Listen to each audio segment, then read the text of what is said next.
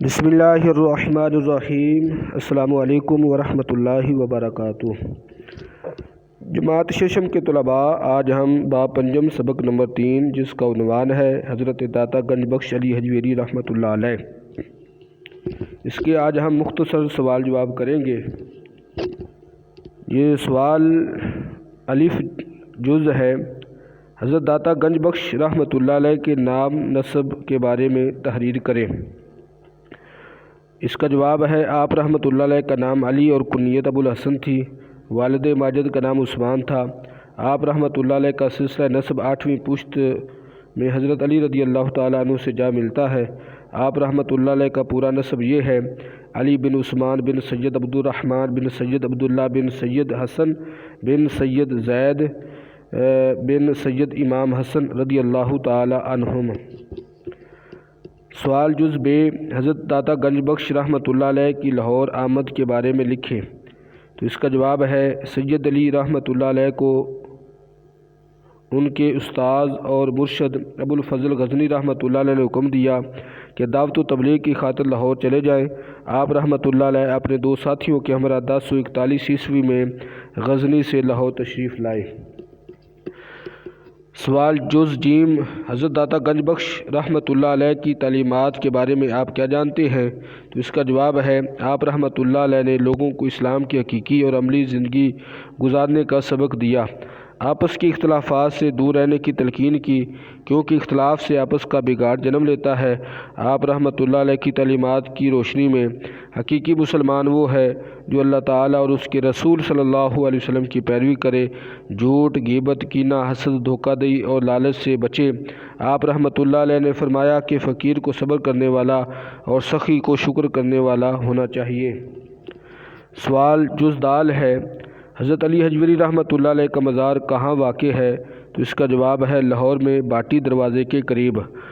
سوال جز ہے، حضرت داتا گنج بخش رحمۃ اللہ علیہ نے علم شریعت کی کن اقسام کے بارے میں بتایا ہے؟ تو اس کا جواب ہے، 3 اقسام کے بارے میں بتایا ہے۔ نمبر 1 کتاب اللہ، نمبر 2 سنت رسول اللہ صلی اللہ علیہ وسلم، اور نمبر 3 اجماع امت ہے۔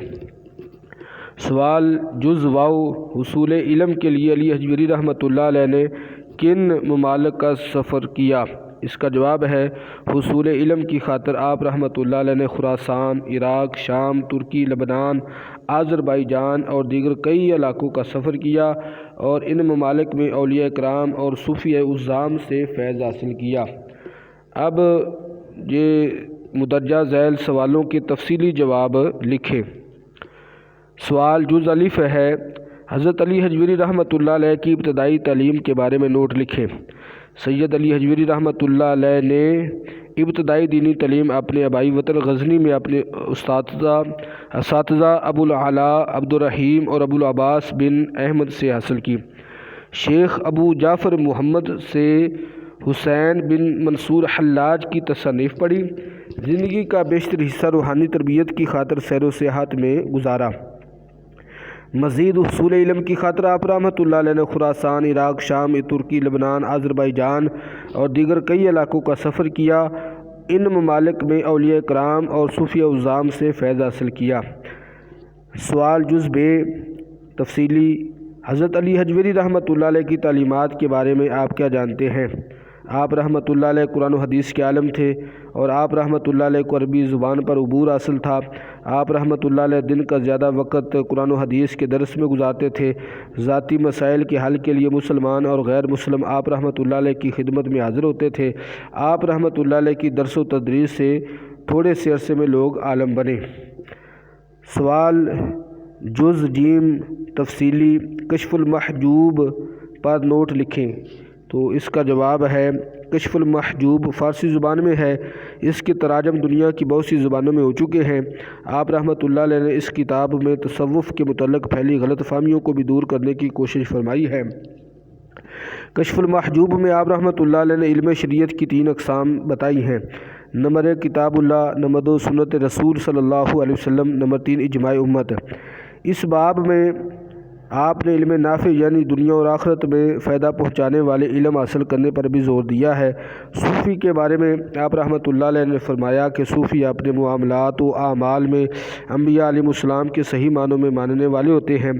لباس کے بارے میں فرماتے ہیں کہ پیوند لگے کپڑے پہننا سنت رسول صلی اللہ علیہ وسلم اور سنت صحابہ رضی اللہ تعالی عنہم سے ہے۔ آپ رحمۃ اللہ علیہ نے اسلام کے بنیادی ارکان کی پابندی کرنے کی تلقین کی ہے۔ اس کے علاوہ آپ رحمۃ اللہ علیہ نے زندگی کے آداب پر بھی بحث کی ہے۔ آپ رحمۃ اللہ علیہ نے فرمایا کہ زمین پر چلنے پھرنے کا سب سے بڑا ادب یہ ہے کہ اکڑ کر نہ چلے، صرف اس وقت سوئے جب نیند کا زیادہ غلبہ آ جائے، حق بات زبان سے نکالی جائے اور زبان سے دوسروں کو تکلیف نہ پہنچائی جائے۔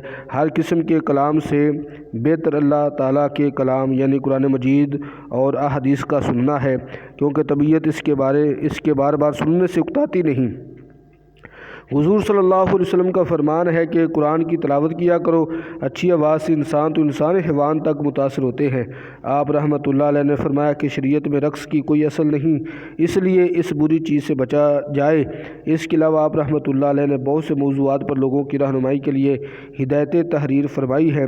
کشف المحجوب کا انداز بیاں سادہ اور واضح ہے۔ تو یہ بیٹا آپ نے مختصر سوال بھی پڑھ لیے اور سنے، اور تفصیلی سوالوں کے جواب بھی آپ نے سماعت کیے ہیں۔